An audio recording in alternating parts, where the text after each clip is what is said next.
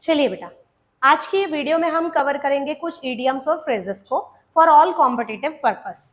यहाँ पर देखिए, सबसे पहला हमने फ्रेज लिया है एट अ स्नेल्स पेस। सबसे पहले हमें पेस का मीनिंग पता होना चाहिए। पेस यानी होता है स्पीड, गति या फिर कदम। अब आपने मीनिंग करना है स्नेल का पेस। स्नेल शब्द का मीनिंग हम समझते हैं। स्नेल ना बेटा एक कीड़ा होता है जिसे घोंगा कहा जाता है। शंख वाला कीड़ा देखा होगा आपने, जिसके सर पे ऐसा शंख बना होता है, गीले स्थानों में वो आपको दिखेगा। अब बेटा आप अगर स्नेल की एक फीचर्स को देखेंगे ना, बस वहां एरिया गीला होना चाहिए। आज अगर वो स्नेल आपको एक जगह पे दिख रहा है, आप 8 दिन के बाद भी देखेंगे ना तो वो उतनी जगह में ही कहीं पर भी होगा। लेकिन वहीं पर आपको एक कॉकरोच दिखा, सपोज आप हिट लेने गए, पता चल रहा कॉकरोच वो चला गया।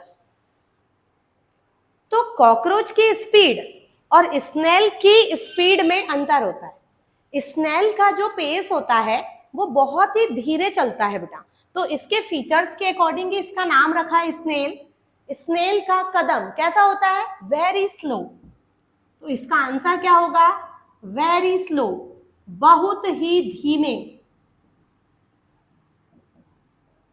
ठीक है, अब सेकेंड फ्रेज को देखिए, मैन ऑफ स्ट्रॉ। स्ट्रॉ समझता है? कोल्ड ड्रिंक पीने वाली स्ट्रॉ जो आती है। आज की डेट के बच्चे तो बड़े इंटेलिजेंट है बेटा, कहते हैं अंकल स्ट्रॉ दीजिए ना। हमारे समय में तो पाइप दीजिए, पाइप ही कहते थे बेटा। आजकल तो एक नए ट्रेंड में वर्ड्स आता है स्ट्रॉ। स्ट्रॉ का man, man of straw, straw का मैन। स्ट्रॉ कैसी होती है देखी होगी आपने, पतली सी, नाजुक सी, एकदम सी। तो यहाँ पर ऐसा होता है कि पतली सी स्ट्रॉ का जो मैन है वो भी कैसा होगा? दुबला पतला, हष्ट पुष्ट नहीं होगा। कैसा होगा? दुबला पतला, कमजोर। तो इसे हम क्या कहेंगे? कमजोर व्यक्ति। कमजोर के लिए वर्ड चलता है बेटा फीबल, डेबाइल या फिर फ्रेल। फीबल, डेबाइल या फिर फ्रेल। तो आपको ध्यान रखना है मैन ऑफ स्ट्रॉ, कई एग्जाम्स में ये आ चुका है। मैन ऑफ स्ट्रॉ, स्ट्रॉ का मैन कैसा होता है? तो एकदम कमजोर, नाजुक सा। इसके बाद अगला फ्रेज देखिए, टू हैव यानी लेना, एन एक्स, एक्स यानी कुल्हाड़ी, टू ग्राइंड, ग्राइंड करने के लिए। अपने घरों में अपन मिक्सर ग्राइंडर देखते हैं बेटा। ग्राइंडर क्या करता है? सारी चीजों को मिक्स कर देता है। अब हमें कोई चीज मिक्स करना है और मिक्स करने के लिए हमें किसका यूज करना है? एक्स। एक्स यानी क्या होती है? कुल्हाड़ी। तो बेटा देखो, मिक्स करना होता है तो आप चम्मच से कर लो, स्पून से, फोर्क से कर लो, नाइफ से कर लो। पर एक बात देखी होगी आपने, सभी के घरों में ना ये एक्स होती है, कुल्हाड़ी किसी कोने में रखी हुई होती है। और किसी किसी को तो ये भी पता नहीं होता कि हमारे घर में है भी कि नहीं। सालों यूज नहीं होती, बस वो 1-2 बार ही निकलती है बेटा, जब कोई हार्ड सी चीज आपको कट करना हो, और या फिर एक बार कभी ऐसी अवस्था आ जाए, निकाल बोले कहाँ रखी है, उसी समय निकलती है बेटा। अदरवाइज ये रखी हुई होती है एक जगह पर।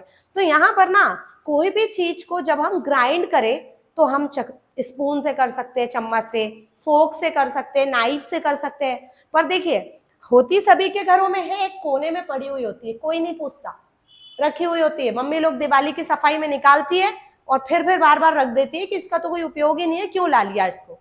पर बेटा देखो, जरूरत पड़ी ना तो किसको लिया? टू हैव यानी लेना। किसको ले लिया? एक्स को। कुल्हाड़ी के पास चले गए ग्राइंड करने के लिए, अदरवाइज उसका कोई यूज नहीं होता, उसे सब ऐसे ही पड़े रहने देते हैं। तो बेटा इसका सेंस यहाँ पर ये निकल रहा है, क्योंकि हम जो पढ़ रहे हैं इडियम्स और फ्रेजेस, इडियम्स और फ्रेजेस में जो ग्रुप ऑफ वर्ड्स होते हैं ये एक मीनिंग देते हैं, शाब्दिक अर्थ इनका आंसर नहीं होता, इनके लॉजिक पर जाकर हमको आंसर लाना पड़ता है। तो इसका लॉजिक ये निकल रहा है कि बंदे का स्वार्थ आया तो वो उस जगह पर गया, उसने कुल्हाड़ी को लाया, ग्राइंड किया।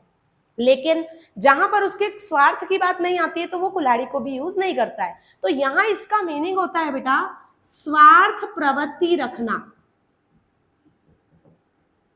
प्रीवियस ईयर के आप एग्जाम पेपर उठाइए, आपको ये to have an axe to grind many times आपको दिखेगा।